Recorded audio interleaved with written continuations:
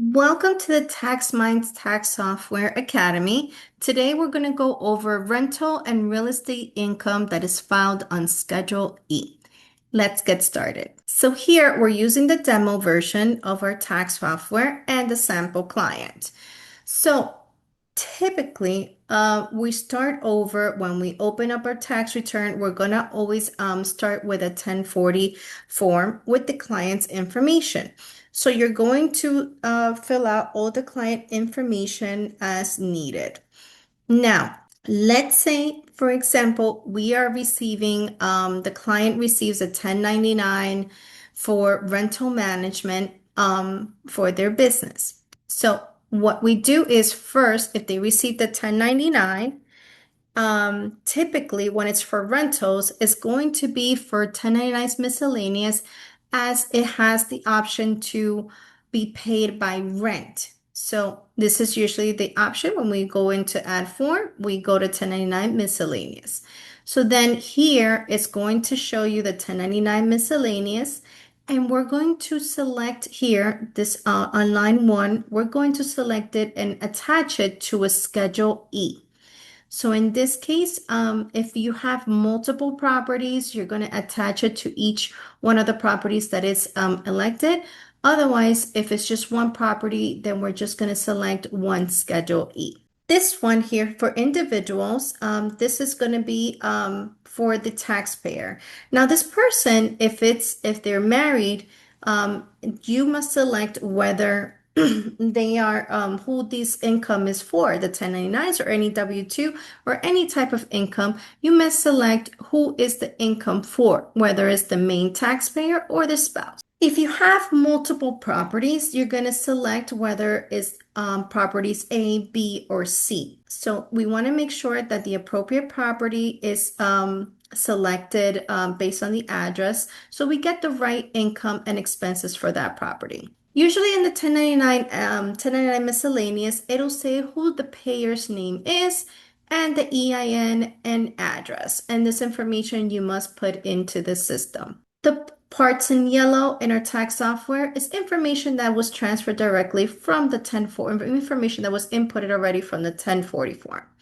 So in this case, if we have a 1099, the rents that we receive is usually going to be on box one.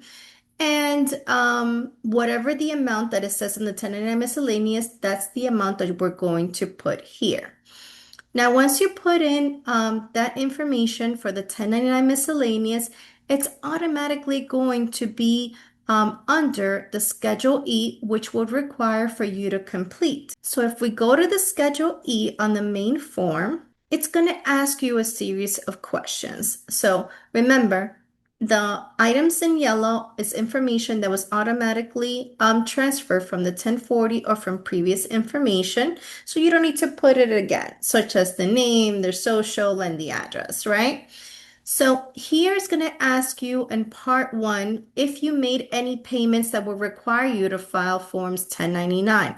This is basically if you have contractors that you have paid and you need to give them a 1099. In this situation, Mr. Larry, the landlord, did not. So we're going to select no. And if you did have anybody that you have to pay any 1099s, it's going to ask you if you did or will you file a 1099 form. So here it's going to ask you the physical address of each property. So if it's only one property, we're going to focus just on A. So everything is going to be on section A. If it's multiple properties, we're going to add them individually for one address with another address and another address. Then here we're going to select for each items what type of property are there. So there's going to be the selections of the types of property, whether it's a single family, multifamily, a vacation, or short-term rental. If it's commercial, land, royalties, or self-rental, or any other. It's going to ask you the fair rental days that it was rented at its a fair market value, and if you were using any of these any at any point in the year for personal use. Here, for state purposes, you're going to check if this property is an LLC. So if the owner has a property that purchased it through an LLC, you're going to select it. If it's only one, then you select one. If it's multiple properties through LLCs, you're going to select all of them. Otherwise, if there's not part of the LLC and it's under the owner's name, then you're not going to select any of them. You're going to select here which property, each state that the property was located. And then here it's going to ask if this activity is qualified as a trade or a business. Um, so here you're going to choose the appropriate section. And then on this section here, we're going to put in what was the rents received. So we didn't receive, we received the rents through a 1099 miscellaneous, so we're going to put it here. There are other times when rents was received in another form, which we didn't receive a 1099. Maybe the owners may receive it directly through direct pay from the actual clients. So then we will put it here. Otherwise, if they do receive a 1099 or a K1 or any other type of forms, income forms, then it'll get attached to Schedule E and it'll be reflected here. Then on the expenses part here, we're going to go over all the expenses that were associated with the property or with each of the properties. So in the expenses section, since we're only dealing with one property, you're going to specify if there was any cost in advertising. Meaning you could have paid for certain, let's say, for example, for Google ads or any type of ways in order or making flyers or signs to advertise the availability of your home. Auto and travel, if the owner itself had to travel directly to the property multiple times, whether it's to collect rent or to make sure that everything was in order on a monthly basis, or any type of travel that has to do and related to the property management for this property specifically, then it'll go here.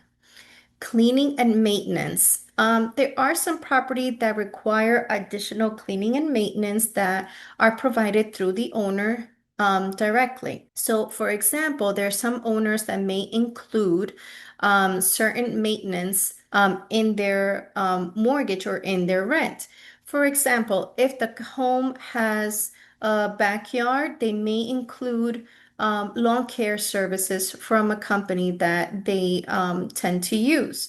If the home may have, let's say, for example, like a pool, they may use a specific cleaning company to make sure that the cleaning of the pool is maintained properly. So even though he receives rent directly, he may have included certain cleaning and maintenance services in these features. Commissions. There's possibility also that some owners and landlords may use someone such as a realtor or a real estate agent in order to get somebody to rent the home. So they pay them a certain commission in order to find a tenant to rent the home. So if this is the case, then the commissions are tax deductible. Home insurance gets placed in this section here. And if they have any legal and other professional services, it goes in this section. There are some landlords who may handle the property management themselves, and there are others who hire professionals, such as a property management company or someone in the real estate industry to manage their fees, to manage their property, and they collect a fee. So, management fees, this is pretty much where it goes here into this section. Now, if the client has a mortgage interest on the home, again, they would receive a 1098 form, which is a mortgage interest that they would pay to the bank. There, it would show how much they had paid to the banks, how much interest, property taxes, and so on. So when you receive the 1098 form, you will submit it and also attach it to the Schedule E.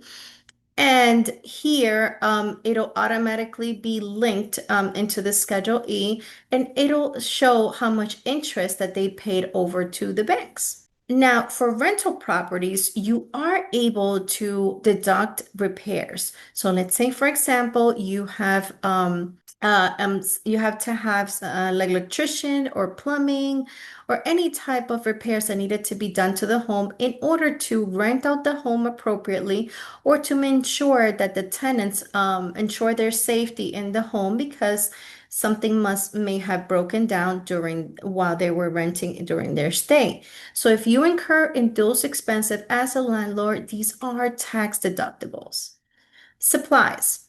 If you purchase any supplies that are necessary and ordinary for your rental, it goes right here. Any property taxes that you have paid on the property, it goes here. No personal taxes go here. This is only taxes that you have paid for the property itself. And then there's other real estate taxes here, which are usually transferred from the 1098 form. Now, there are also some landlords that include utilities in their rent. So if they are included and the landlord's responsible for the utilities, it goes here in this section. However, a lot of landlords do not include the utilities, and the tenants themselves are responsible to pay for the utilities themselves. So if the landlord pays for it, then you are able to deduct it. But if the tenant pays for it, then you don't need to put anything here. Depreciation, you would put in this section. And if you're part of the TaxMinds team, you would know how to, we teach you how to depreciate real estate and any other equipment that has to do with your business. So you would know, you would put that amount here. Then the system will automatically calculate the expenses and everything else that has to do with your property and the earnings and so on. So here, the last question, it would ask you about participation, if you actively participated in the rental activity or not. Now, this has to do with whether it's a passive income or not. So if you were participating as a landlord, then you would select yes, otherwise you would select no. And this is how you finish a Schedule E for rental property. And if you receive rental income, such as a 1099 miscellaneous, you would put this here on the system. If you're finished everything and you just want to make sure that you have didn't miss anything or to omit any errors, remember that our system has a perform review where they're able to see if there's any items that may have been rejected or you missed to answer any questions. And that concludes our inputting our rental income and rental properties into our Schedule E in our TaxMind tax software.